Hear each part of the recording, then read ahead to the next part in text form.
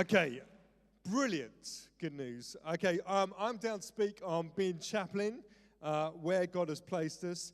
And I've been a chaplain at Oasis Academy Mayfield for 8 years, I think now, since it started, really.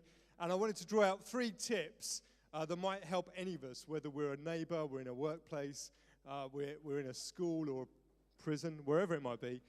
Just tips from chaplaincy that might help us in our day-to-day life in working with people, and why we would do that as well. The phrase chaplain comes from this very old, about 13th century patron saint, a soldier called Saint Martin of Tours.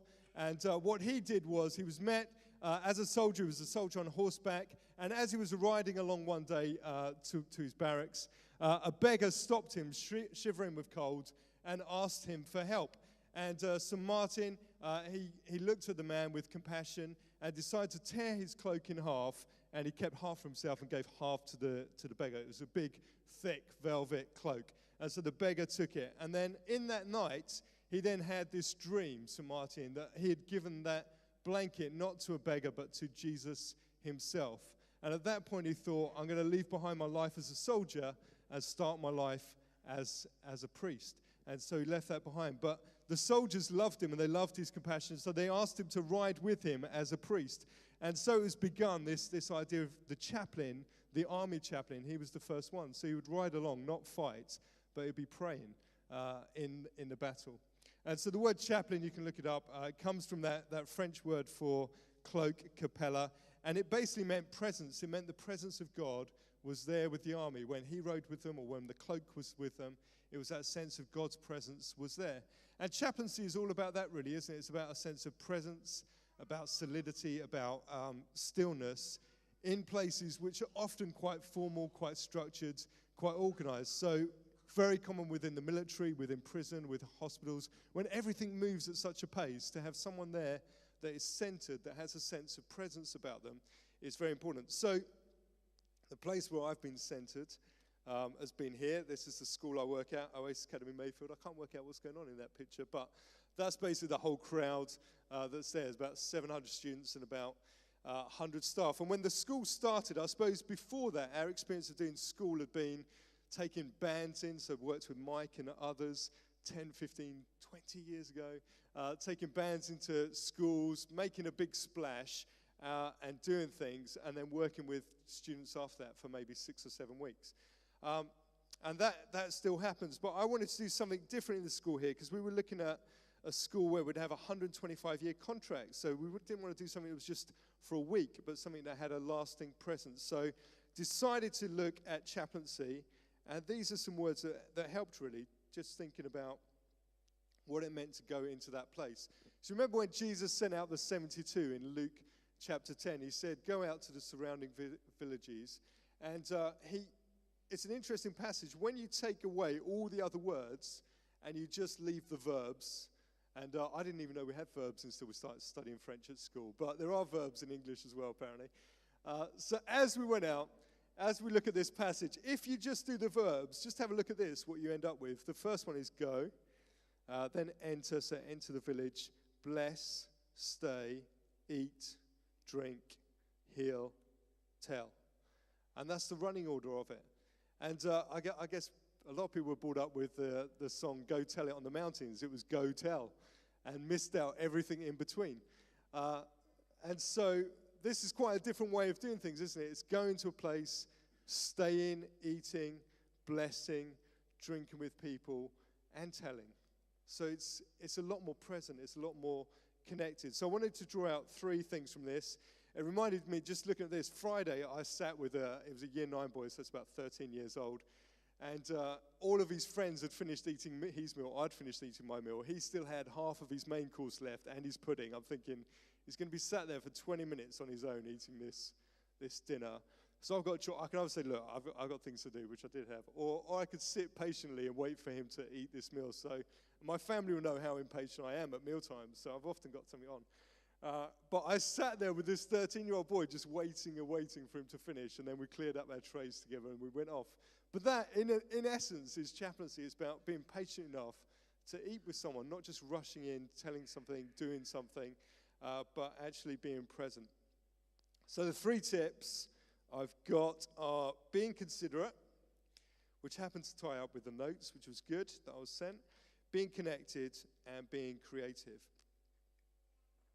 And so if we were these three things, wherever we are, in our workplace, on a train, with our neighbours, I think that'd make a real difference to the way we connect with people around us. The verses I was sent through about being considerate, these ones, from Romans, it says, "We who are strong must be considerate of those who are sensitive about things like this. We must not just please ourselves, we should help others do what is right and build them up in the Lord." And this sense of being considerate means not just thinking about our own needs, isn't it, but about stepping into the worlds of others. It's not the most focused picture, this one, but respecting the needs and feelings of others, consider the needs of others as important as your own. Stop and think your actions will impact others. The golden rule of doing unto others as you would have done to you, and think of even small things to bring a smile to someone's face. Those things, just taking that little bit of time to be considerate, is so often missed, isn't it, in our world? So often missed, especially in busy places. If you work in a school or a hospital, everyone's rushing from one place to the next. It's very hard to be considerate, to be thinking about that space that others occupy. And the other verse I was sent through was this one. It's a good one, from Galatians. "Bear one another's burdens and thereby fulfill the law of Christ." And the commentary on that was, we are to bear one another's burdens. It becomes us to bear one another's burdens as fellow travelers. It's very common for a man to look upon himself as wiser and better than other men and as fit to dictate to them. Such a one deceives himself by pretending to what he has not. He puts a cheat upon himself and sooner or later will find the sad effects. This will neither gain esteem either with God or men. So one of the hard things about chaplaincy, which wasn't true when I was in other schools, is you really do have to bear other people's burdens, because over the period of a year, sad things happen. Over the period of 8 years, a lot of sad things happen. Things that are hard for people to carry through normal life. Hard, when someone's had something happen, to carry on doing their teaching day. Hard for someone who's had something happen to go into their lessons in the right frame of mind because they're thinking about their brother that's lost or their mum that's left them or things like that. So to actually bear one another's burdens is a real challenge. This, I mentioned this before, I think, but 6 weeks ago, one of our young year sevens, so she was only 11, she died of cancer. And this is the slide the school put up. It had a massive impact on the school community, had a massive impact upon Sholing and the place where I live. And I didn't know her that well. I'd had a few conversations with her, but because she was new into the school and she'd only been around for a few weeks within that because she was ill, I didn't know her brilliantly, but her friends obviously knew her really well. So her friends had grown up with her since 4. And for 4 years they've known that she was dying. So for them, their world was falling apart. And so the challenge of my role is to be considerate, to think, what's it like to be an 11-year-old who's known this girl for 4 years and they know that this has happened? How would I feel as an 11-year-old? And I've got to spend a bit of time just getting myself into the brain of how they might be thinking, what they might be feeling, what their life is like, so that I can provide any sort of support. And that's one large example. In effect, though, what happened was I didn't just talk about one death as a chaplain there at the school, because it resurrects grief in everyone else around the school, from their friends, and then teachers have also had experiences of losing students. I totted up. I'd spoken to people about 60 bereavements in the course of 2 weeks, because everyone, it just comes to the surface, this sense of, I lost my husband, I lost this. And so being able to bear one another's burdens is only through grace. And so I took students through the grief cycle, this one here, of like how they might be feeling in denial and anger, sadness and bargaining, and then acceptance. I taught them through that. I've done this before here, I think, but there's Psalm 23, which looks really distant from the world of an 11-year-old child. I am a good shepherd. You don't see many shepherds around Sholing, do you, these days? You see sort of shopping trolley attendants, which I think are similar. They sort of herd them up, pour them into a corner, don't they? One strays away, but you find the lost trolley. It's an amazing thing. So modern-day shepherds still exist at Tesco and the like. But in this, I didn't do that with the 11-year-olds, don't worry. But with this, I just talked about the imagery of that psalm, the green pastures. and asked them, if you looked at this picture, how would you feel about life? And it's, I would feel safe. I'd feel that there were no threats. I'd feel calm. And then talk to them. I do other stuff around the imagery in this psalm as well. But this really helps the students. What places, people, or situations are green pastures for you? Where do you feel at rest? And it might be just at home on their bed, or when they're listening to a certain type of music, or a walk along the beach, or stroking their cat, or something like that. But actually they find the place that helps them through the grief they're facing. They find the people, the places, where to go to when they're feeling really low about the fact that their friend has died. And so these things have helped, but it has to start from a point of being considerate, of thinking about how's this going to affect this 11-year-old. And so that's the first one. The second is about being connected. And I think it's not to dismiss what we did 15, 20 years ago, because I think we always did connect with the schools we were working with. But it's very different in the school I am now as a chaplain, because you're putting down roots in a different way. You're becoming, there's a steadiness about it. There's a presence that's there that's very different to chaplaincy. And one phrase that my friend Chris Davis has used recently is this one, which again is another picture image of chaplaincy. So from Ezekiel, it said, I came to the exiles who lived at Tel Aviv near the Kabar River, and there when they were living, I sat down among them for 7 days, deeply distressed. And this sense of just being sat down, being seated, being with someone. So I think I'll put on the next slide, yeah. Being with, not doing to, not having an agenda, but just being with someone, sat with them in their moment of grief, their moment of burdensome. It is a really valuable thing, isn't it, to be with someone, not doing to. And over the years I've done that, so I don't run a big RE program, I don't do many lessons, I rarely do assemblies, to be honest. But I am with people a lot, often sat with them or chatting with them. And you may know, we had some challenging days, and we had a behaviour specialist join the school, a guy called Mr. Price. He joined about 4 years ago, and his main job was to sort out the behaviour around the academy. So he's quite a big guy. He's from a sort of military background as well. His family are all military, so you can imagine the type. And so he's quite, there's one way of doing it. It's Mr. Price's way. So it's good. So everything gets structured and organised around, and that behaviour, is really good. But chaplaincy, when he first came across me, he was like, really? What chaplaincy, that still exists within schools? And he wasn't convinced, and he wasn't convinced that chaplains were a great idea. Anyway, one thing really annoyed me. It was about 6 months in, because when I started, I bought some really nice mugs. Wittard mugs. Not your cheap mugs, not your Tesco finest even, but Wittard, handmade in China. It's nice. And so these mugs, I bought 8 of them, and so I thought whenever I've got anyone, I've got some nice mugs. I bought a nice teapot, and I was all kitted out for my chaplaincy room. Anyway, when Mr. Price started, I noticed that my 8 mugs went down to 7. Then 7 went down to 6, 6 went down to 5, 5 went down to 4, 4 went down to 3. And when it got to 2, I was starting to get worried. So I thought, what's happened to all my mugs? So I thought, I'm going to have to actually hunt them out. They've got to be in the building somewhere. So I went through, in our school, there's like several staff rooms, not just one. So one by one, I sort of worked around all the workrooms where the science, English, maths, couldn't find one. So I was a bit annoyed. So I thought, I'm down to 2, anything could happen here. And then I had a meeting with Mr. Price one day, and I went into his office, opened the door, and there were several of my Wittards handmade in China mugs. And I said, oh, they're nice mugs, Mr. Price. He said, yeah, no, they're nice. Yeah, I don't know where they came from. I'll tell you where they come from. They're from my faith room, that's where they came from. So anyway, I commandeered them, and he was a bit upset about this. Anyway, I thought, I was annoyed, I was genuinely annoyed about it all. I thought, what am I going to do about this? I can't chain them down, it's over-the-top reaction.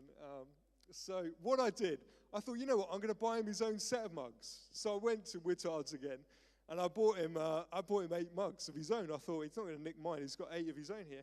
So I gave him this present. So this is in his first term. So I said to him, I dressed it up. I didn't make out I was angry. So I hid all of that, forgave. And so what I did, I said, Thanks very much. Behaviour's really improved this term. I've bought you a gift. Here's 8 really nice mugs for your office. And he's blown away. He's like, a few tears in his eye. He took them home, which wasn't the idea. Supposed to leave them in the office. Do you know what? He took them home. He said, my wife loves those mugs. I'm glad to hear it. Anyway, so he left last Friday. So the amnesty on mugs has been lifted. It's been good. Anyway, I created this little slide for him last week when he left. You may have seen it. I did a little goodbye Mr. Price slide. And he gave a speech last Friday. So as I say, he's been one of my, at first he was completely full of disbelief around chaplaincy.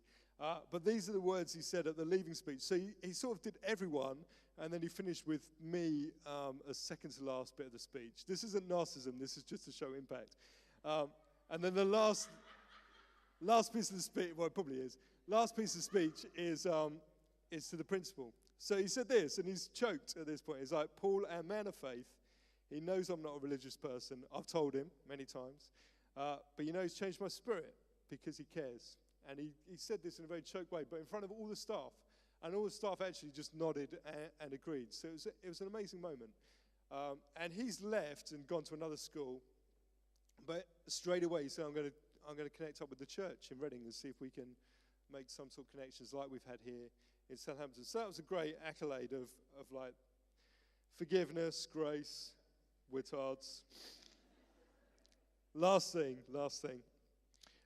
Creativity, which we love at City Life, don't we? By the way, Joy, if you do need a chaplain for Rio, I'm available. Throw my hat into the ring. Just let me know. Pick it up. I need expenses covered. Creativity. Now I lead the team of chaplains around Oasis, and I'll just take you quickly around some of the things the team do. On the top right, this is Angie. She's got her own, she's bought loads of animals. She is a nutter. So she's got donkeys, alpacas. If you're on Facebook, you'll see that I've got an alpaca in my profile picture at the moment. She's got alpacas, she's got bearded dragons, she's got chinchilla, loads of different things that she used in the primary school. And it's amazing, it's creating community in an amazing way, especially when you walk alpacas down the street. It's quite bizarre. On the bottom right is prayer spaces in schools. So we've been working with like Phil Togwell on the team, just to look at how can we make prayer really creative and exciting within schools. Gardening's happening in a lot of places. I'll leave the tent till last. The top left, there's a knit and natter group in North London, which is drawing in a lot of the isolated mums and making a community there. It's a really powerful thing. And then the bottom left is my new chaplain in Birmingham, in central Birmingham, on his first week when no one knew him.